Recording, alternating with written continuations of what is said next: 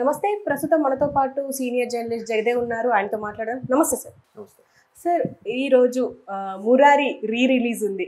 దీనికి మార్నింగ్ నుంచి చూస్తుంటే మొత్తం హంగామా ఉంది థియేటర్ల దగ్గర. అంటే మల్టీప్లెక్స్లకు వెళ్ళకుండా థియేటర్లకి ఇప్పుడు పండగ వస్తుంది. అయితే ఈ మురారి మూవీ గురించి మీకున్న ఎక్స్పీరియన్స్ ఏంటి సార్? ఈ మురారి మూవీ సుమారుగా 98లో ఎప్పుడు రిలీజ్ అయింది అనుకుంటా. 98 సరిగ్గా ఇదే రోజు.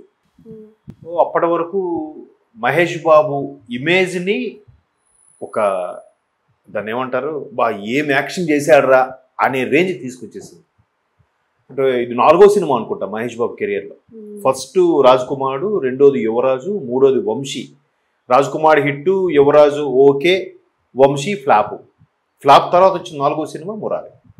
మురారి అంటే ఇంకా కృష్ణవంశీ గారు. కృష్ణవంశీ అంటేనే ఇప్పటి వరకు నాకు తెలిసి ఇండస్ట్రీలో ఇంకే డైరెక్టర్కి కూడా క్రియేటివ్ డైరెక్టర్ అని పేరు రాలేదు. మీరు అబ్జర్వ్ చేయండి. ద వన్ అండ్ ఓన్లీ ఆ క్రెడిట్ గోస్ టు కృష్ణవంశీ అని అంటారు. క్రియేటివ్ డైరెక్టర్ కృష్ణవంశీ అని అంటారు. ఇప్పుడు మిగతా వాళ్ళు రాసుకోవచ్చు కానీ అప్పట్లో మీడియా కూడా ఇట్లాగే ఆయన్ని సంబోధించారు. అయితే కృష్ణవంశీ గారిలో ఉన్న గొప్పతనం ఏంటంటే అది ఎవరిలోనున్నా యాక్టింగ్ బయటికి తీస్తాడు అన్నట్టుగా కూడా విన్నాను నేను. అండ్ మోరోవర్ జగత్ బాబు గారు అంతవరకు గ్లామరస్ హీరోగా, లేదంటే మళ్ళీ ఆ జనరేషన్కి శోభన్ బాబుగా ఉన్న జగత్ బాబు గారిని శోభన్ బాబు అనేవారు కదా. హీరోయిన్లు ఇద్దరు ఉంటారు, ఫ్యామిలీ ఓరియంటెడ్ లేడీస్, అమ్మాయిలు ఫ్యామిలీ లేడీస్ అయితే ఇంక పడి చచ్చిపోయేవారు జగత్ బాబు అంటే. అంత క్రేజీ ఉన్న జగత్ బాబుని అంతఃపురం సినిమాతో ఒక డిఫరెంట్ యాంగిల్లో చూపించాడు ఆయన. గెస్ట్ రోల్ అందులో బెస్ట్ ఉత్తమ సపోర్టింగ్ క్యారెక్టర్ అవార్డు కూడా ఆయన జగత్ బాబుకి ఆ సినిమా. అసలు అంటే అట్లాంటి కృష్ణవంశీ గారు చేతిలో పడుతున్నాడు. ఎట్లా అంటే ఇంకా మరి సినిమా చూసేసరికి ఫస్ట్ ఏదో పురాతనం నుంచి స్టార్ట్ అవుతుంది. స్టార్ట్ అయిన తర్వాత ప్రతి 72 ఏళ్ళకి కూడా ఆ వంశం నుంచి ఒకరు ఇదైపోతారు. రీసెంట్గా కృష్ణవంశీ గారి గురించి కూడా ఇదే కాన్సెప్ట్ మాట్లాడితే ఆయన ఎక్కడో ఇంటర్వ్యూలో చెప్పినట్టున్నాను, మహేష్ అనే వ్యక్తి ఇప్పుడు కాదు, నేను ఆ రోజే చూశాను ఆయనలో సూపర్ స్టార్. నేను సెట్లోకి వెళ్ళేటప్పుడు ఎవరు గుడ్ మార్నింగ్ చెప్పినా కూడా రెస్పాండ్ అవ్వడంట. అంటే ఈరోజు షార్ట్ తీద్దాం, ఎలా తీద్దాం, అక్కడ ఉన్న ప్రాపర్టీ అప్పటికప్పుడు ఉన్న దాన్ని బట్టి తీసేస్తాడంట. That is called creativity. Compulsory ఇదే ఉండాలి అని ఏం పెట్టుకోడు, చెప్తాడు. మళ్ళీ అక్కడికి వెళ్ళిన తర్వాత ఏం లేకపోతే ఉన్న సీన్స్ బట్టి కూడా తీసేసే capacity. That is called Krishna Vamsi. ఆ కృష్ణవంశీ గారు కూడా ఒక సీన్ ఇట్లా చెప్పాలని చెప్తే దానికి ఈయన ఎక్స్పెక్టేషన్ బియాండ్ ది ఎక్స్పెక్టేషన్ చేసేసేవాడట మహేష్ బాబు. సార్ ఓకేనా, మళ్ళీ చేద్దామా అనేవాడట. ఆయన అప్పుడే వీళ్ళు సూపర్ స్టార్ ఉన్నాడు రా బాబు అని అప్పుడే ఆయన చెప్పాడు. అండ్ మోరోవర్ కృష్ణవంశీ గారి సినిమాలకి ప్లస్ ఏంటంటే సాంగ్స్. కృష్ణవంశీ గారు సాంగ్స్ పిక్చరైజ్ చేసినట్టుగా ఎవరు చేయలేరు. ఈ సాంగ్స్ కూడా లిరిక్స్ ఏమైనా సామాన్యమైన లిరిక్సా? ఖచ్చితంగా సీతారామ శాస్త్రి గారిది.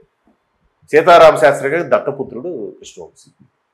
అది ఎంత పబ్లో సాంగ్ అయినా, ఎంత రొమాంటిక్ సాంగ్ అయినా దాంట్లో కూడా మళ్ళీ ఏదో వేదాంతము, ఏదో ఒక మెసేజ్ ఉంటుంది ఆ సాంగ్లో, ఆ లిరిక్స్లో. అట్లా ఈయన రాబెట్టుకుంటాడో లేకపోతే ఆయన రాసిస్తాడో తెలియదు, అంత అద్భుతంగా ఉంటుంది. సో అటువంటి మురారి ముందు ఏంటిది కొంచెం లెందీగా ఉంది, మాట్లాడితే ఒక జ్వాల లేస్తుంటుంది దీపం, ఎవరికో ప్రమాదం ఉంది, కొద్దిగా బోరు కొట్టింది అన్నట్టు అనిపించారు. కానీ మెల్లగా ఎక్కింది సినిమా. మొదటి 10 రోజులు పెద్దగా ఆడలేదు, తర్వాత మెల్లగా హిట్ అయింది. మెయిన్ దాని మీద కూడా కొన్ని విమర్శలు వచ్చాయి. ఇండియన్ గవర్నమెంట్లో ఒక ఫేమస్ ఫ్యామిలీకి సంబంధించిన స్టోరీ దాన్ని బేస్ చేసి తీశారన్నట్టు కూడా కొన్ని విమర్శలు ఉన్నాయి. మేబీ అయితే అయ్యుండొచ్చు. ఎందుకంటే జనరల్గా నేను కూడా నమ్మేదంటే కర్మ సిద్ధాంతం నమ్ముతున్నా, ఏది కూడా కర్మ విడిచిపెట్టదని.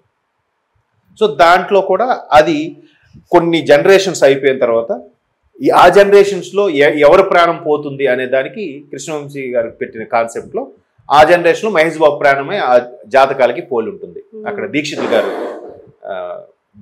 యాక్చువల్గా మా గురువు గారు, ఆయన మీడియాలో ఉన్నప్పుడు మాకు ట్రైన్ చేసిన గురువు గారు దీక్షితులు గారు అక్కడ పూజారిగా చేశారు. సో అట్లాంటి మంచి కాన్సెప్ట్ని ఫ్యామిలీ ఓరియంటెడ్గా, దట్టు కృష్ణవంశీ గారి సినిమా అంటే అప్పటి నుంచే స్టార్ట్ అయింది. ఒక బంచ్ ఆఫ్ యాక్టర్స్ ఒకేసారి ఇంతమంది ఆర్టిస్టులు, జూనియర్ ఆర్టిస్టులు, సీనియర్ ఆర్టిస్టులు, క్యారెక్టర్ ఆర్టిస్టులు అందరూ కూడా గుంపుగా ఒక గ్రూప్గా ఉండడం. అనేది మేబీ ఆ సినిమా నుంచే స్టార్ట్ అయింది అనుకుంటా. అఫ్ కోర్స్ అంతకుముందు నిన్నే పిల్లాడితో కూడా తీశారు అట్లాగే గ్రూప్గా.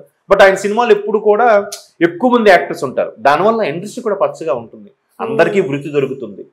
సో అట్లాగా మురారి సినిమా ఎంత హైలైట్ అయిపోయిందంటే మ్యూజికల్ హిట్, 9 ఎన్నో సాంగ్స్. మణిశర్మ గారు ఇంకా చెప్పక్కర్లేదు. మణిశర్మ గారు కృష్ణవంశీ క్లోజ్ ఫ్రెండ్స్, ఎరా అనుకున్నట్టు ఫ్రెండ్స్. ఇంకా ఫ్రెండ్ సినిమాకి ఈ మణిశర్మ గారు బేసిక్గానే మంచి ట్యూన్స్, మెలోడీ బ్రహ్మ అని పేరు ఆయనకి, మంచి ట్యూన్స్ ఇస్తారు. అటువంటి మణిశర్మ గారు ఇంకా క్లోజ్ ఫ్రెండ్ అయితే ఇంకొంచెం ఎఫర్ట్ పెట్టేస్తారు కదా. అందులో ఆ పెళ్లి పాట అంటే ఈ రోజుకి ఎవరు పెళ్లి క్యాసెట్ పెట్టినా ఖచ్చితంగా ఆ పాట ప్లే అవ్వాల్సిందే. అప్పట్లో బాబు గారి సినిమా పెళ్లి పుస్తకం సాంగ్ ఒకటి, తర్వాత ఇది అలనాటి బాలచంద్రుడు పాట. అది కూడా మణిశర్మ గారు గొప్పతనం ఏంటంటే అక్కడ పాత సింగర్ ఎవరో జిక్కీ గారు అని ఉండేవారు, ఆవిడతో పాడించారంట. సో అట్లా ఆ పాట కూడా కొంచెం సీతారామ కళ్యాణ్, పాత సీతారామ కళ్యాణ్లో ఉన్న సాంగ్ ఎలా ఉంటుందో అట్లా ఆ నేటివిటీ, ఆ ట్యూను చాలా బాగుంటుంది. మిగతా సాంగ్స్ అన్ని కూడా చాలా బాగుంటాయి. సో ఆ మురారి ఇప్పుడు మళ్ళీ రిలీజ్ అనే కొత్త ట్రెండ్ ఇప్పుడు నడుస్తుంది కాబట్టి మహేష్ బాబు ఇప్పుడు సూపర్ స్టార్, పైగా నెక్స్ట్ ప్యాన్ ఇండియా అనాలో ప్యాన్ వరల్డ్ అనాలో మరి ప్యాన్ రాజమౌళి గారి సినిమా చేయబోతున్నారు. దట్టు 98 అంటే ఆల్మోస్ట్ ఆల్ 27-26 ఇయర్స్ అయిపోయింది మూవీ వచ్చి. కానీ ఇప్పటికీ మహేష్ బాబు అలాగే ఉన్నాడు. ఆయన ఏ హీరోయిన్తో చేసినా హీరోయిన్ కానీ ఈయన చిన్నోడేమో అనిపిస్తాడు అసలు కదా. ఈవెన్ కృష్ణవంశీ గారు కూడా రీసెంట్గా అదే అడిగారు, మళ్ళీ మహేష్ బాబు గారితో చేసే అవకాశం వస్తుందని. అంటే ఇప్పుడు ఆయన రేంజ్కి నేను చేయలేనేమో అన్నట్టుగా అనేసారు. అంటే అది కృష్ణవంశీ గొప్పతనం. ఆయన ఎప్పుడు కూడా ఆయన ఎంత అవుట్పుట్ ఏమి లాగి జనాలతో చేయించుకున్నా కూడా నాతో ఒక శక్తి లేదా ఒక ప్రకృతి అలా చేయించుకుందని చెప్తాడు తప్ప అది నా గొప్పతనం ఎప్పుడు చెప్పడు. ఆయన దగ్గర సోకాల్డ్ మహామహులు అసిస్టెంట్లుగా చేసిన వాళ్ళు ఈరోజు పెద్ద పెద్ద డైరెక్టర్లుగా ఉన్నారు. బట్ అందులో కొంతమంది చెప్పుకుంటారు, కొంతమంది అయితే ఆయన పేరు ఇప్పుడు ఎక్కడ ప్రస్తావించరు కూడా. నేను మా డైరెక్టర్ గా ఇప్పుడు ఆయన గెస్ట్గా పిలవడమో లేదంటే ఇంకేం చెప్పడం కూడా ఎక్కడ చేయరు. సరే అది వాళ్ళ ఇష్టం అనుకోండి. సో కృష్ణవంశీ గారు అంటేనే ఒక రకమైన క్రియేటివిటీ, ఒక రకమైన సాంగ్స్ కూడా మీరు నమ్మరు. కృష్ణవంశీ గారు గ్యాప్ ఉంటే మధ్యలో కొంతమంది డైరెక్టర్లు సరే ఒక సాంగ్ మీరు షూట్ చేసి వెళ్ళిపోండి సార్ అని అడిగేవారంట. ఎస్పెషలీ బీచ్ సాంగ్స్ ఏమైనా ఉన్నాయంటే ఆ లొకేషన్స్ ఉన్న సాంగ్స్ అయితే కృష్ణవంశీ గారు మీరు వచ్చి షూట్ చేయండి, కొరియోగ్రఫీ లేకపోయినా ఆయన షూట్ చేసేసేవాడు. అంత గొప్ప మల్టీ టాలెంటెడ్ డైరెక్టర్ కృష్ణవంశీ గారు. సో ప్రతిదీ డైరెక్టర్ ఇంత చెప్తే ఎన్లార్జ్ చేసి అంటే అరే మనం ఒక 80% చేయగలడేమో అనుకుంటే ఆయన 100% దాటేస్తాడంట మహేష్ బాబు పెర్ఫార్మెన్స్ అలా ఉంటుందంట. సో అటువంటి కాంబినేషన్ కాబట్టి ఇప్పటికీ మనం ఈ రోజు కూడా మనం మాట్లాడుకుంటున్నాం. మేబీ ఆ క్రేజ్ వల్ల మళ్ళీ ఇవాళ రిలీజ్ అవుతుందేమో. సో ఒకసారి థియేటర్కి వెళ్ళి చూడాలనిపిస్తుంది, అవన్నీ పాతవన్నీ గుర్తొస్తాయి. దాదాపు 1 month నుంచి వెయిట్ చేస్తున్నారు టికెట్ల కోసం. అవును 1 week ముందు బుక్ చేసుకొని వెళ్ళారు నాకు తెలిసి ఈ మూవీకి. అవును ఈవెన్ మేము కూడా అనుకోండి. Okay sir, anyway thank you sir. Thank you.